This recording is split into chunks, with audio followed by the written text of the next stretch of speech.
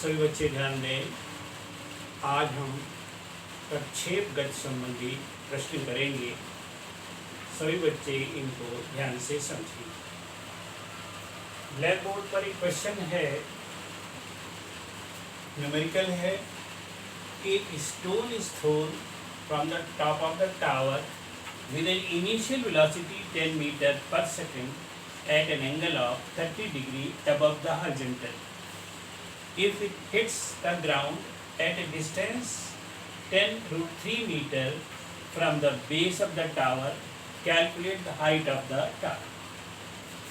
And given है g is equal to 10 meter per second square, ये आपको देना है। बेटा हिंदी मीडियम वाले भी बच्चे ध्यान से समझ लें।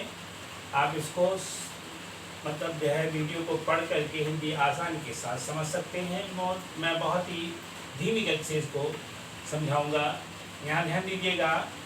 क्वेश्चन है,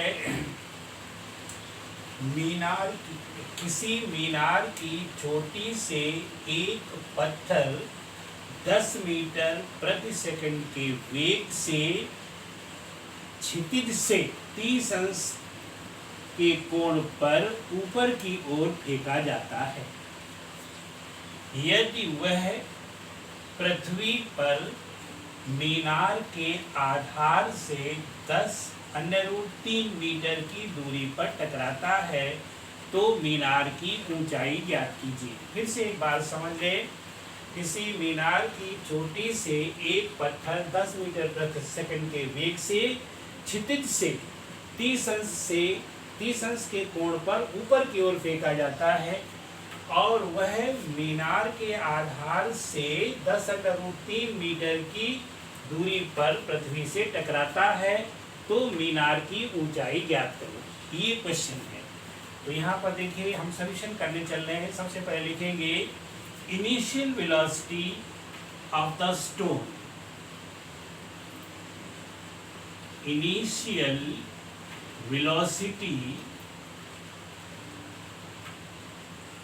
of the stone, यानी स्टोन का प्रारंभिक वेग ये u है, is equal to 10 metre per second. इसके बाद है रेंज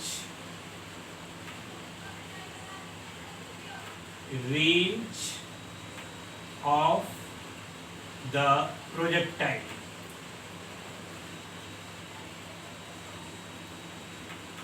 प्रोजेक्टाइल का रेंज ये r होता है। r is equal to 10√3 metre. Angle of projection, प्रक्षेपण कोण, एंगल ऑफ प्रोजेक्शन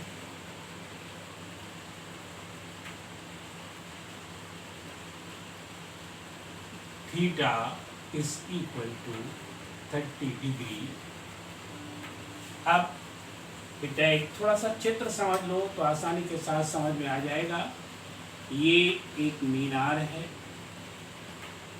इस मीनार की चोटी से एक पत्थर इस तरह से फेंका। ये रेंज है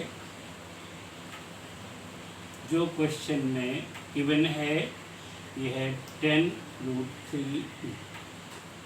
यहाँ पर एंगल ऑफ प्रोजेक्शन जो है वो 30 डिग्री का है एंड u है यहाँ पर 10 metre per second.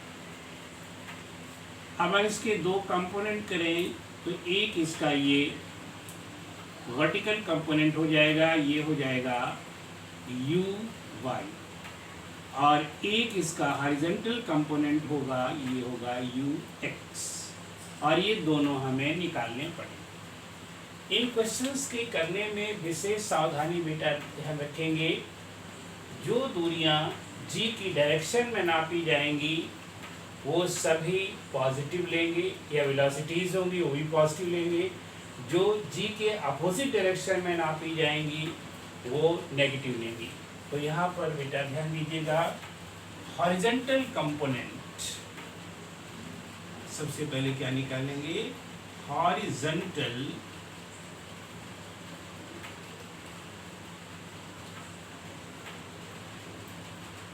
component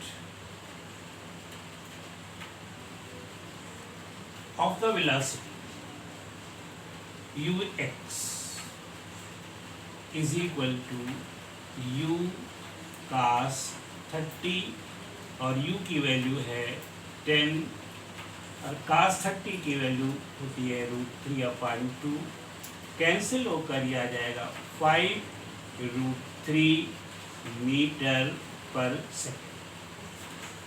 vertical component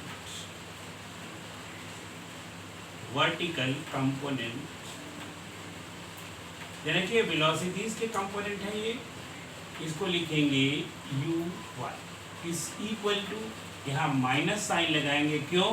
ये ऊपर की ओर है और g नीचे की ओर को पॉजिटिव है, तो ये वेलोसिटी ऊपर वाली नेगेटिव हो जाएगी, तो हो जाएगी minus u sine 30 is equal to 10 into sine 30 की वैल्यू होती है हाफ और ये हो जाएगी 5 मीटर पर सेकेंड। माइनस में आएगी ये। अब सबसे पहले हम ये निकालेंगे टाइम ऑफ फ्लाइट, यानी कितनी देर प्रोजेक्टाइल हवा में रहा। इसके लिए फॉर्मूला लगाएंगे range, R is equal to, ये होता हॉरिजॉन्टल कंपोनेंट,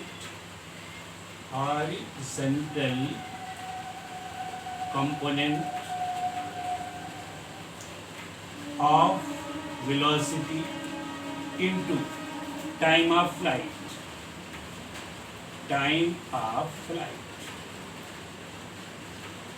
बेटा हॉरिजॉन्टल कंपोनेंट ux है, ये है 5√3 into time of flight is not known, तो यहाँ t लिख देंगे।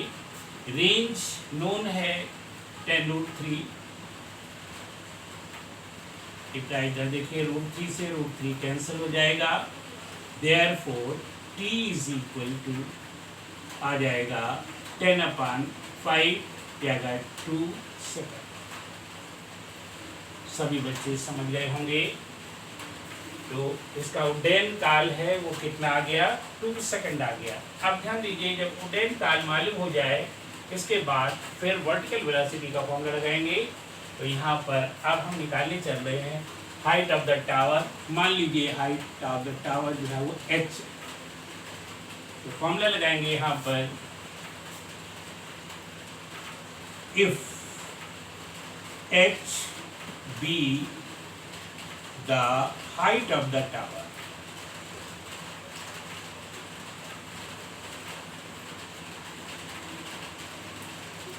then फॉर्मूला लगा देते हैं, h is equal to, formula होता है ut, तो हो जाएगा minus u y into T plus half G T square. तो क्या इधर ध्यान दो, माइनस यू वाई नेगेटिव आएगा तो हम निकाल चुके हैं, यहाँ पर आया 5 एंड टी की जगह प्लस हाफ जी की जगह 10 इंटू टी स्क्वायर की जगह 2 to the 4,